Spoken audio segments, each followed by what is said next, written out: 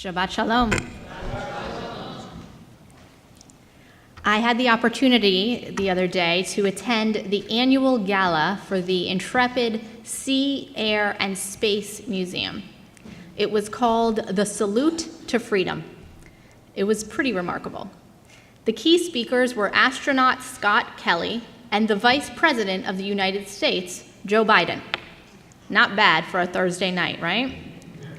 Sitting on that ship, watching all the men and women dressed in uniform, hearing the great leaders of our country speak, I felt a feeling that I realized I had never really felt before. At this point in my life, I think I've encountered nearly every feeling under the sun, but this one was new. Can you guess it? Do you know what it was?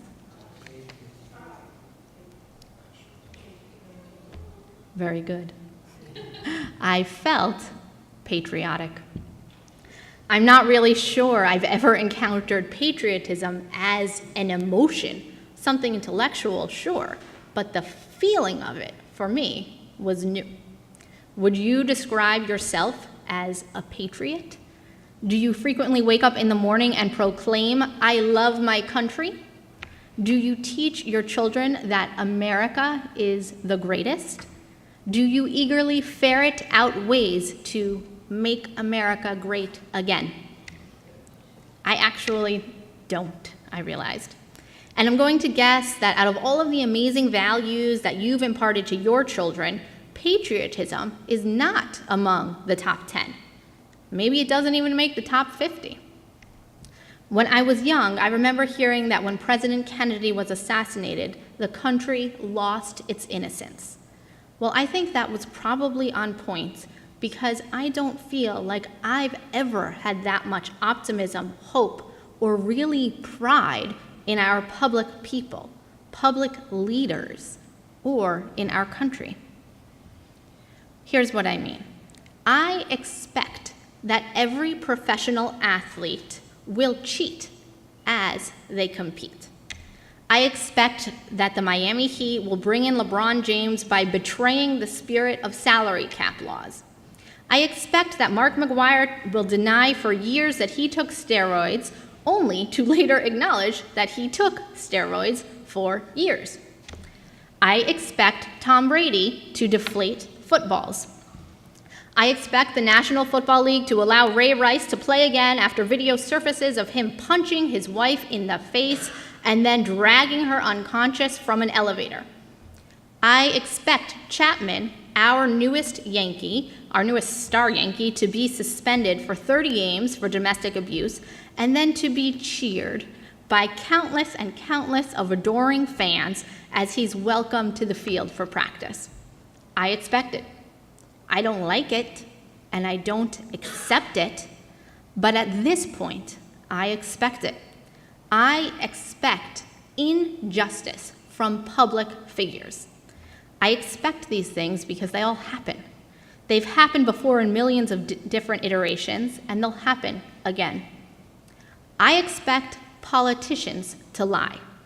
I expect politicians to exclaim, "Mission accomplished," on national television, and then continue fighting the same vaguely justified war.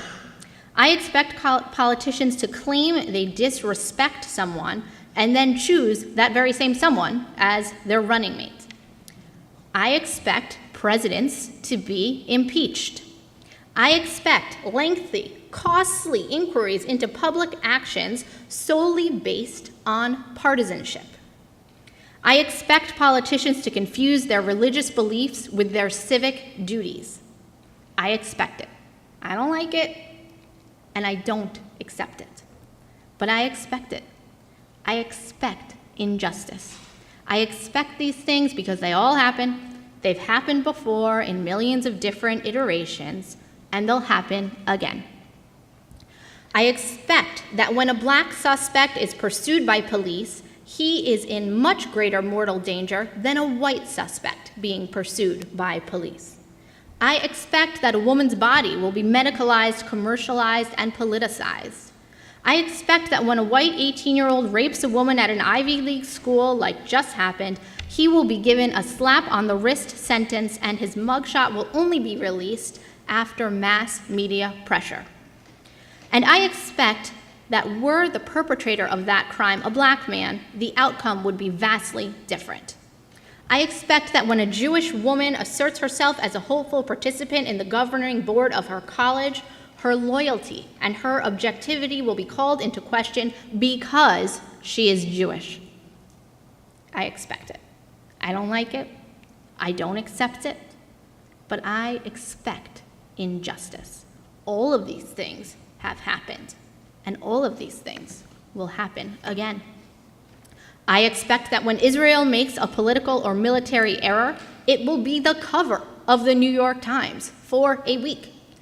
I expect that headlines will paint terrorists as justified rebels and label victims as blameworthy. I expect that when a 13-year-old Jewish girl is stabbed to death in her sleep, happened yesterday, the world will not condemn the murder. In fact, I expect that most of the world will simply ignore it. I expect that my generation will view Israel as a distant, vague, negative, and oppressive force in the world. I expect it. I don't like it. I don't accept it. But I expect it. I expect injustice. I expect these things because they all happened and they will all happen again. If this is the world we see, can you really blame us for not expressing that much love of our country? We have a nasty habit of tolerating these injustices. Sure, maybe we'll post something on Facebook or have a moment of fleeting outrage, but mostly we move on.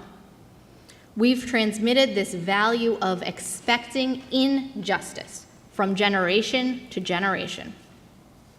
All of this stuff, this injustice, this disappointment, it weighs on us.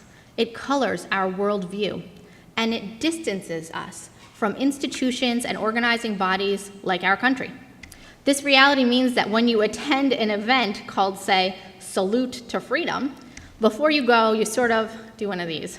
You roll your eyes a little bit. But as I said, I was wrong about my cynicism. It was actually inspiring. I listened to an astronaut remind us that we created an international space station basically because we wanted to. He told us that he was convinced we can do anything we want. If we want to cure cancer, we can, according to him. We have to decide, resource it, work together, but yes, we can. And you know what? I believed him. I listened to the Vice President of the United States detail the bravery and diversity of our armed forces. He told story after story of how our armed forces were filled with compassionate, intelligent, multicultural men and women committed to the greater good. And he himself has spent a lifetime serving our country, traveling abroad, making policy, governing, leading, all in the name of justice. And it reminded me, or rather it taught me, that perhaps maybe this country is great after all. Can we allow it to be deeply problematic, but also allow it to be remarkable? It's the 4th of July on Monday. I think most Americans are celebrating a day off, a fun barbecue and fireworks. That's great. Normally for me, this holiday gets another eye roll. It's as if we're celebrating our break from British oppressors, only so we can become professional colonizers. There are so many parts of our historic legacy that are problematic. So many of us grew up in the Northeast here. Part of our culture skews towards being intellectual. We love scholars, critics, commentators, pundits, and analyzers of all sorts. And we ourselves are scholars, critics, commentators, and pundits, even if that's not our professional vocation, right? We don't let that get in the way. That way of thinking is part of our everyday life. And that way of thinking gives us pause from jumping on bandwagons and from embracing any idea wholeheartedly. We always hold back a little bit. We love to ponder and we love to deconstruct, It's part of our postmodern practice. It's part of a liberal line of thinking. And it's a good thing. But it's also a thing that blocks us from feeling patriotic. Love of country? Can you love a country that you've spent your whole life dissecting? I've decided the answer this year should be yes. Yes, we need to spend not every day, but at least I think our country deserves one day of really loving this place that we call home with an open heart and an unclouded mind. This country is remarkable. We are full of freedoms. We are beautifully diverse, and we are really trying to get better. America is an amazing place. We talk about Shabbat as being a palace in time. It's the idea that time keeps on ticking into the future, but once, every week, time keeps going, but we stop. We linger in the palace of Shabbat. We pause for rest, reflection, and rejuvenation. Let's spend this 4th of July applying the same technique to our country. Instead of being disappointed, let's be optimists. Let's be hopeful. Let's take a risk. Let's be believers and dwell in that palace, if only for a day. Let us embrace our imperfect union with joy and emotion, and let us be proud, and let us be patriotic. Shabbat Shalom.